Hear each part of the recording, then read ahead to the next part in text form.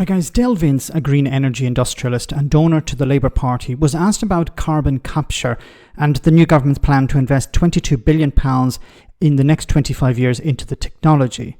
Dale ridiculed the idea, saying that it would make more sense to pump money into things like insulating people's homes and putting solar panels on roofs. Carbon capture hasn't been proven to work commercially, and this investment comes after Labour received £4 million from a Cayman Islands-based hedge fund with shares in oil and weapons. So, is Dale right? Tell us about carbon capture. Is this something you're in favour of? It's not. No, I'm not a fan of it. Actually. I didn't think you were, you see. I wondered about that because I've heard Alex Salmon goes on about it a lot. He likes carbon capture. He's always said that's the answer to, keeping everything going in the North Sea. Salmon. And making sure, the head of the Alba Party, former First Minister of Scotland, you shouldn't be too dismissive. He says that it's the answer for the future. And of course, so now Keir Starmer says it's the answer. What are you going to tell him? Well, I don't believe that it is the answer for the future.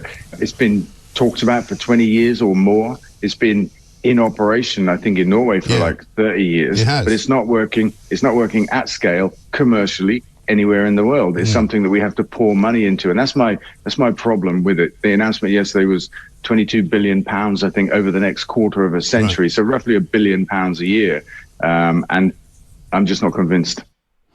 In another interview, Dale mentioned how it would result in about a cost of £250,000 per job. So it would create about 4,000 jobs in the first year, maybe more after, but in the first year it would cost £250,000 per job. That's not a good return on investment. It would make more sense to invest this £22 billion in renewables, because what is this carbon capture system? What it does is it allows the fossil fuel industry to continue as business as usual, capture, for example, CO2 and methane, and pump them underground, out of sight, out of mind, and just continue as before. But this is not good for the economy. It's not good for the environment. It's not good for creating jobs. It would make more sense to invest it in renewables, for example, insulating people's homes. They would immediately see a reduction in the cost of living. Putting solar panels on roofs, no, it's not possible on everyone's roof, but if you increase that, Dale Vince has mentioned in another interview that you could produce about 25% of the UK's energy requirements that way.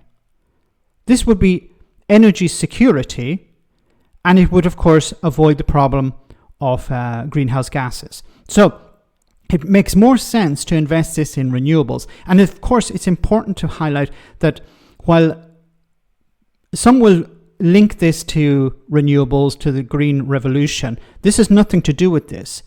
The lobbying that's been done by the fossil fuel industry over the last number of years has been gargantuan.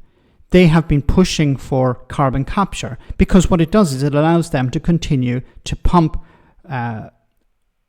CO2 and methane into the air, allow it to be captured, and then pumped underground. This doesn't change their business model. They're very happy with something like this. So I really hope it's not the case that this funding that the Labour Party received, this £4 million in donations, is connected to this idea, okay, let's invest in a system that hasn't been proven to work, because that would be corruption. It makes more sense to invest it in renewables. It's better for the environment, better for the economy, and better for ordinary people. Let me know in the comment section, guys, what you think. As always, your comments are greatly appreciated. Thanks a lot.